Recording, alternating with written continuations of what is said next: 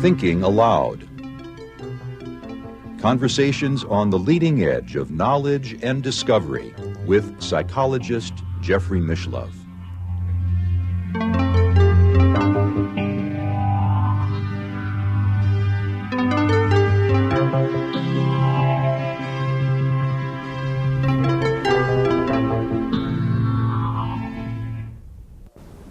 Hello and welcome. I'm Jeffrey Mishlove. Throughout recorded history, human society has been haunted by reports of unidentified flying objects in our skies, many of which have defied all attempts at scientific explanation or understanding. What are these phenomena and how can they be explained? With me today is Terence McKenna, a philosopher and thinker of note in the area of altered states of consciousness and alternative realities. Terence is the co-author with his brother Dennis of The Invisible Landscape and also Psilocybin, the Magic Mushroom Grower's Guide.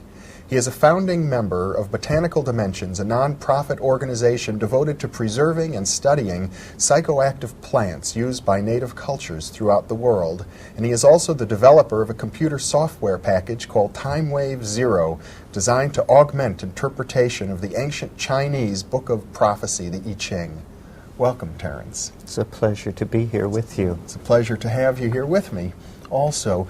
You know, the UFO phenomenon is striking because it's so bizarre. It seems as if the reports that come in about UFOs defy any attempt whatsoever to categorize them. I guess from my point of view, I can only assume that there are probably many different interpretations of this event. I think, given your background as a student of shamanism and altered states of consciousness and alternative realities, you have some unique perspectives on the UFO phenomenon. I wonder if we could get into that material.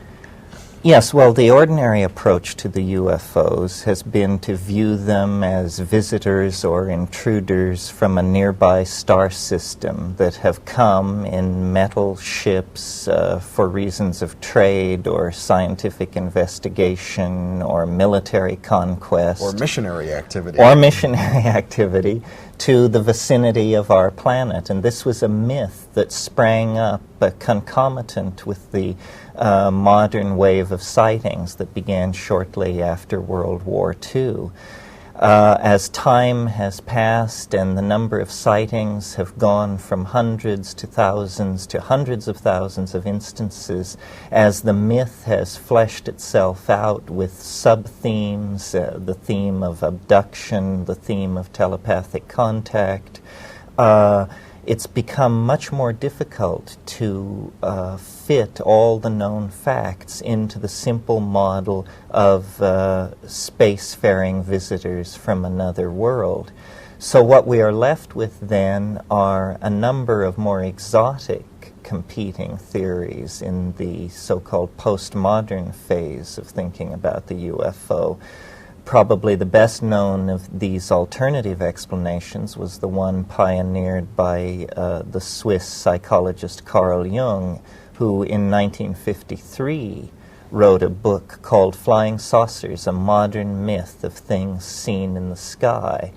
And Jung was at great pains to, without passing judgment on the reality of the saucers, of the things seen, to interpret them psychologically, to interpret them as one would interpret a dream. And he saw in their circular form, in their scintillating, shining, alchemical brilliance, a symbol of human wholeness, and felt that they were a symbol of our collective yearning for a kind of totality and individuation. Now, in a way, this kind of explanation is very satisfying. However, it is not satisfying to the person who has immediately undergone a very strange and a very real-seeming experience. Unless such a person were told great messages of hope for the planet. Well, and this is a persistent part of the flying saucer phenomenon, that people who have close contact with the saucers return with messages of universal brotherhood and benevolence, with stories of a beneficent hegemony of organized intelligence where wiser, older worlds and civilizations help younger and less mature worlds toward a kind of galactic citizenship. However, that's just one thread of the evidence. It's one thread of the evidence, and it isn't really well supported by the evidence. Jacques Vallée, who is one of the foremost commentators on the phenomenon, has been at great pains to point out that with the flying saucer phenomenon, we're dealing with thousands and thousands of incidents per year throughout the world. It's very hard, with even at our own primitive level of scientific sophistication, we can learn a great deal about a planet by sending a single probe to that planet. What kind of scientific program of investigation requires thousands and thousands of appearances? And if we make the assumption that not all appearances are observed, but that in fact only a small number are observed, then the number of appearances that must actually be going on soars toward an astronomical number. It suggests we're dealing with an interpenetration by an alien dimension on an almost industrial scale. Of course, a single probe could cause thousands of appearances. If it were of a sophisticated enough nature, that's right. The approach that I have taken that has characterized my work with this phenomenon was, first of all, to say we have not carried out a sufficiently in-depth survey of the life already on this planet to be able to say that at some time in the past life did not arrive here and thrive here, that is not part of the general heritage of life on this planet, but that has somehow come in from the outside. My candidate for that kind of an intrusive extraterrestrial would be probably a mushroom of some sort, or a spore-bearing life form, because spores are very impervious to low temperatures and high radiation, the kind of environment met with in outer space. In other words, a mushroom spore could conceivably even waft itself up through the atmosphere of our planet and enter into empty space. Oh, there's no question but what this is happening, that through what's called Brownian motion, which is sort of random percolation, spores do reach the outer edge of our atmosphere, and there, in the presence of cosmic rays and meteors and rare, highly energetic events, occasionally a very small percentage of these biological objects are wafted into space. We even possess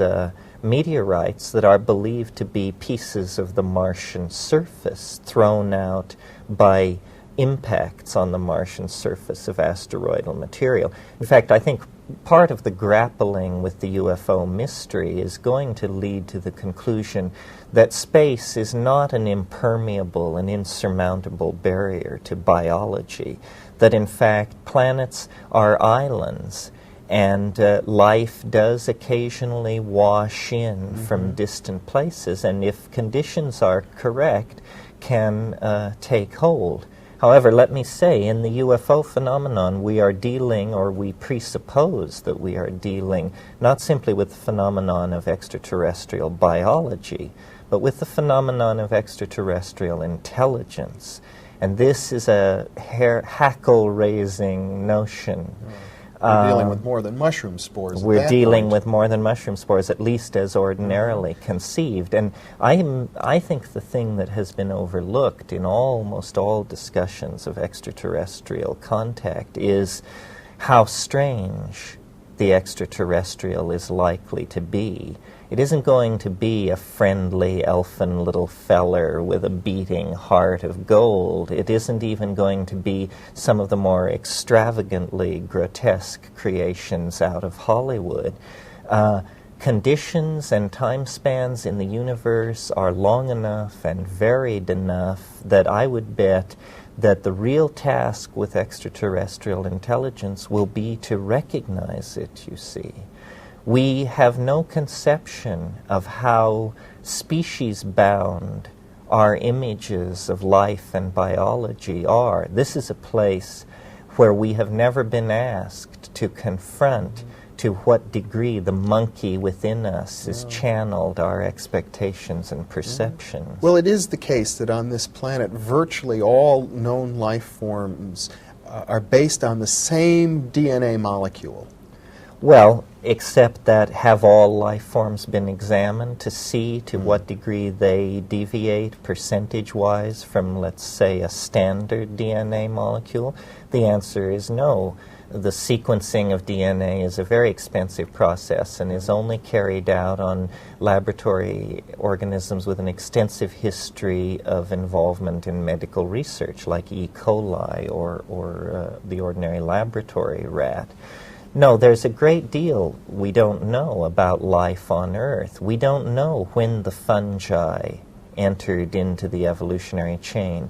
We don't know what kind of intelligence is really possessed by the cephalopods, the shell-less mollusks that include the octopi. The intelligence of dolphins has been studied by Lilly and others. The intelligence of the large primates other than man. One way of looking at nature is that it is entirely linguistic intent, that DNA is in fact a way of uttering protein syntactical structures into matter. In other words, that all of nature is like a poem. Yes, nature is a communicating system of some sort. And the problem that we have is to transcend cultural languages, historically created languages with very limited applications, and instead fall into phase with the communication systems that nature has placed all around us. One possible view of the flying saucer is that it is a kind of projection from the consciousness of the planet, that it is Gaia, that it is in fact a kind of alchemical object haunting human historical time with a symbol of totality, the kind of totality that our religions and our mystical yearnings are so at pains to concretize for us. But unless we, as egocentric beings, clarify our relationship to the unconscious, then I think the flying saucer is going to remain quintessentially mysterious. And this was Jung's view.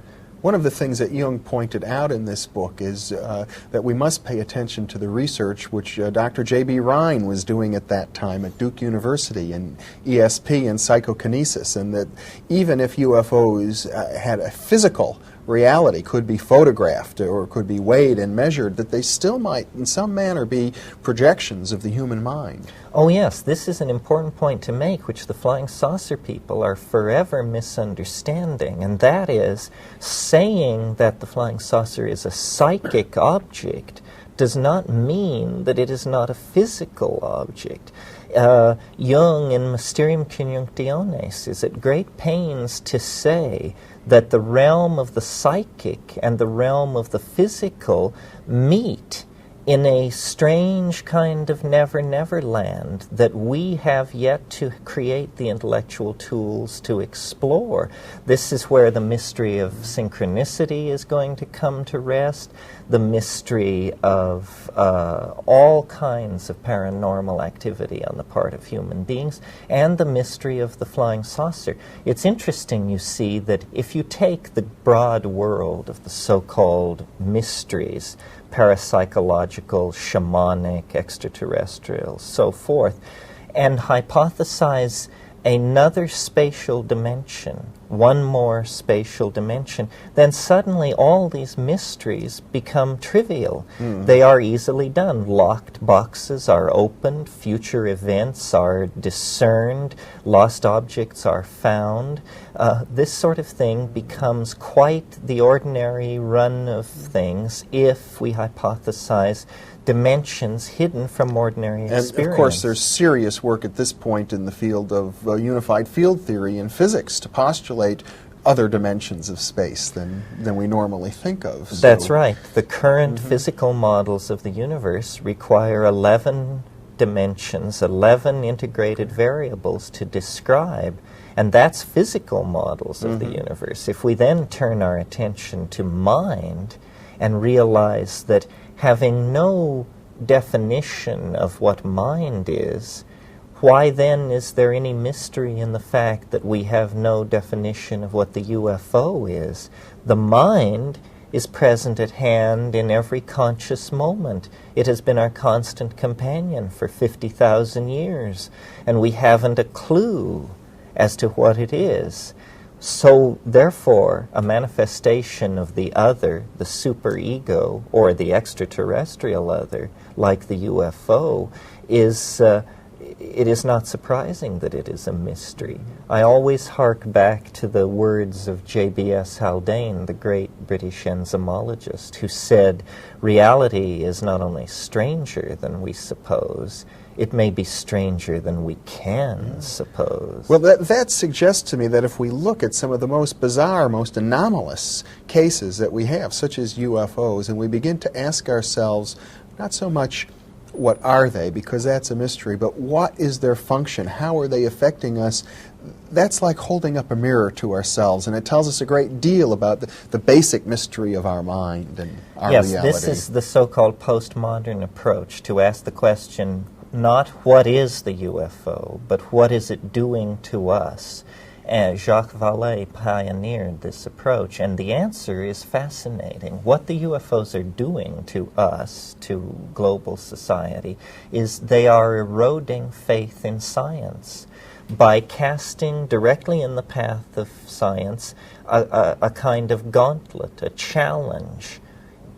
Crack this. Almost as though the cosmic giggle had shown up at the bachelor party of science to spoil the bash, in the same way that the resurrection of Christ posed a tremendous problem for the intellectuals of late Roman antiquity, because they had no place in their worldview for someone rising from the dead. They were Greek materialists, atomists, essentially.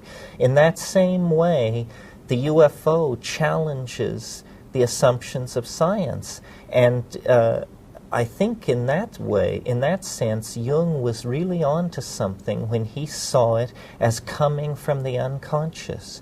It is like an object coming from the unconscious with a compensatory function to turn us away from the rational and toward the intuitive, to turn us away from the paternalistic, Apollonian, solar, masculine view of things, and toward a kind of watery, lunar, mysterious, intuitively felt feminine force, almost as though the UFO is a manifestation of Gaia as mother goddess, science as the proudest, pardon the word, erection of the rational mind, then is challenged by something from an entirely other dimension, an entirely other realm that concretizes for us the culture crisis. And that's why I've gotten into UFOs. I think they are important for a resolution of the culture crisis. They concretize the struggle between the paternalistic masculine and the lunar feminine between a dominator society and the kind of partnership society that we require to survive. And yet it seems as if that challenge is not a direct confrontation. It's, as Vallée points out, the UFOs are operating almost at the mythological level of our culture. They're not landing in the White House. They're not really challenging the military or NASA. No, they're very mercurial, very watery. When you reach out toward them, there is nothing there. What they chiefly have become is an intellectual force in human thinking about the future. But when you reach out to grasp the hardware, to read the message, to meet the alien, there is nothing there. I've come to the conclusion, both from talking to contactees and having had a contactee experience, that whatever lies behind the UFO mystery, it is a force which can literally do anything. So it is fruitless to talk about the size of the objects or their composition or color or the size of the entities and their dress and weapons and accoutrements, because it can appear literally any way it wants to. It can appear as the Virgin Mary, it can appear as Galactarian overlords, it can appear as gnomes, elves, sprites, this sort of thing. It is not to be caught in the rational net. No. Your description is strikingly actually parallel to the, with one exception, to the view of many fundamentalist Christians who say this UFO stuff is all the work of the devil. Well, I don't know about the work of the devil. Jung's criticism of Christianity was that it had not made a place for what he called the shadow. And he said the productions of Christian culture will always be neurotic because the shadow has not been included, so there's a lack of psychic balance.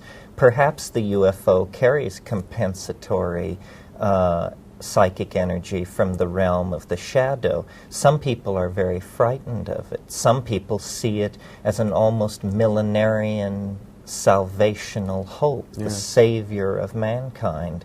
I think that it's very powerful, that it haunts time like a ghost, that the messianic anticipations of fundamentalist Christianity and Islam are in fact a picking up on the shock wave that the image of the flying saucer casts backward through time, that this image of the New Jerusalem, the four-gated city descending from the sky to whisk the elect away to a better place, is a kind of prophecy yearning toward a fact in the act of becoming. You know, Christianity and Islam are the most history-obsessed of all the world's major religions. Along with Judaism. Along with Judaism. And all three of them have this notion of the transcendental object at the end of time. Yes. And alchemy in the 16th century was an outbreak of an expectation of a transcendental object in the nearby here and now that would the omega point of history, yes, so to that speak. would cure all ills, confer longevity, fertility, virility, immortality. And I think that the flying saucer is an airborne philosopher's stone, the Sophic hydrolith of Paracelsus haunting the skies of modern America with a promise of mandalic cohesion for the future that science has not given us. Science has been a sadly disappointing religion in the realm of the heart. The flying saucer comes from the heart, but it bears the very strange energy of the other in its manifestation as planetary goddess. Yeah. I'm often struck by the psychic powers that seem to be associated with people who have had intensive encounters with UFOs. That's right. The thing And is I've researched both, many of these cases myself. It's both material and psychological. It anticipates the future. It seems as the memories of the contactees are transparent to this force. It can reach deep into their lives and confront them with information taken from forgotten incidents in their lives. It is an awesome kind of force that transcends space and time for the individual. Now, it may be that we will never have a general theory of flying saucers. It may be that this is something that addresses the individual in the same way that I don't think we will ever have a general theory of falling in love. That, too, is something which addresses the individual. We have been mistaken to expect Time magazine or the New York Times to explain the flying saucers to us. They will not explain the flying saucers to us any more than they will explain ourselves to us. This is something that haunts the membrane of experience very close in to the experiencing ego, and therefore it is threatening. And this is one of the reasons that I think it relates to the psychedelic experience, because the psychedelic experience is like a UFO encounter on demand. Yeah. It's where the will of the person having the experience enters in. They decide to have this curious symmetry-breaking kind of experience.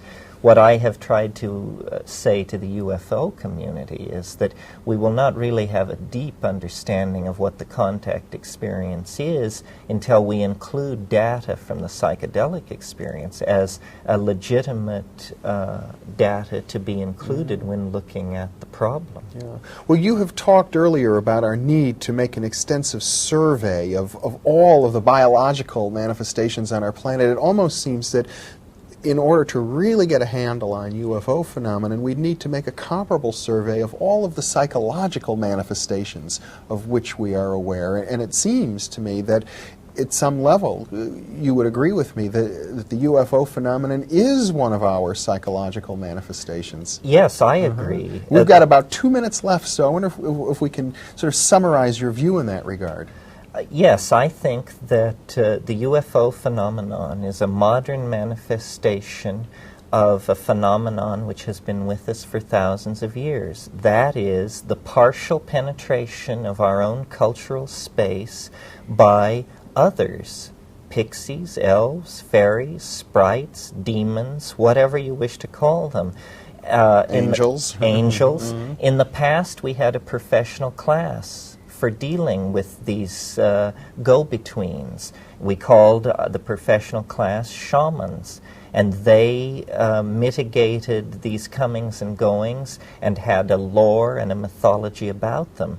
As we have lost contact with our shamanic roots, the things which go on at a low frequency out in the wilderness and deserts of this planet have become to seem like us either like invasions from another world or virtual impossibilities. I think that the flying saucer is knocking on our door to remind us of the depth and strangeness and animate intelligence that is resident with us in nature on this planet. Terence McKenna, it's been a very eloquent presentation, extremely thought-provoking. Thank you very much for being with me. It's always a pleasure to talk with you. And thank you very much for being with us.